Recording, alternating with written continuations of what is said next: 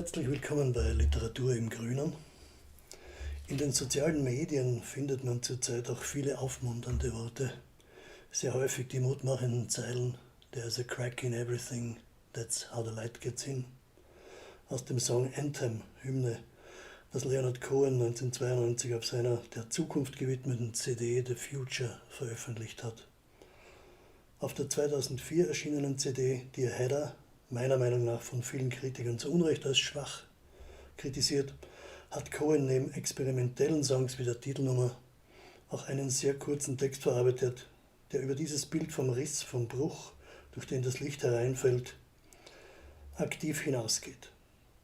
Der große Poet Cohen war sich nicht zu schade, in diesem Fall einen Text zu verwenden, den nicht er selbst verfasst hat, sondern ein anderer kanadischer Poet, der 1985 verstorbene George Scott. Für sein Gedicht wählte Scott die seltene Form einer Villanelle, einer französischen 19-zeiligen Gedichtform aus dem 16. Jahrhundert, die aus noch früheren Formen italienischer Bauernlieder hervorgegangen ist. Es ist das Gedicht A Villanelle for Our Time, zuerst das Original, dann die Nachdichtung. Villanelle for Our Time. From bitter searching of the heart, quickened with passion and with pain, we rise to play a greater part. This is the faith from which we start. Man shall know commonwealth again, from bitter searching of the heart. We loved the easy and the smart, but now with keener hand and brain, we rise to play a greater part.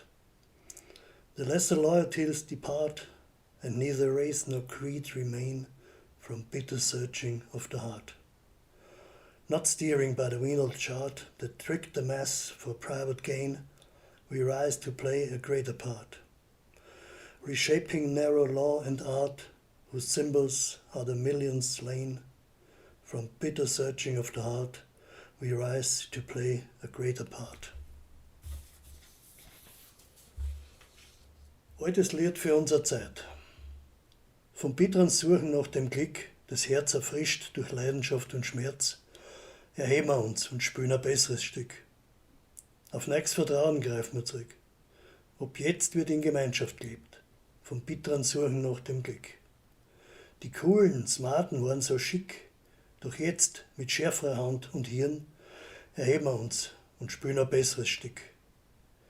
Wer nur sich selber kennt, verlernt den Trick und weder Haut noch Religion wird zählen, vom bitteren Suchen nach dem Glück. Kein Aktienkurs mehr fett und dick, wo wenig gewinnen und der Rest verliert. Erheben wir uns und spielen ein besseres Stück. Das dünne Recht, die Kunst, die kriegen einen neuen Blick. Millionen Tote, dafür steht ihr Bild. Vom bitteren Suchen nach dem Glück erheben wir uns und spielen ein besseres Stück. Danke fürs Zuhören.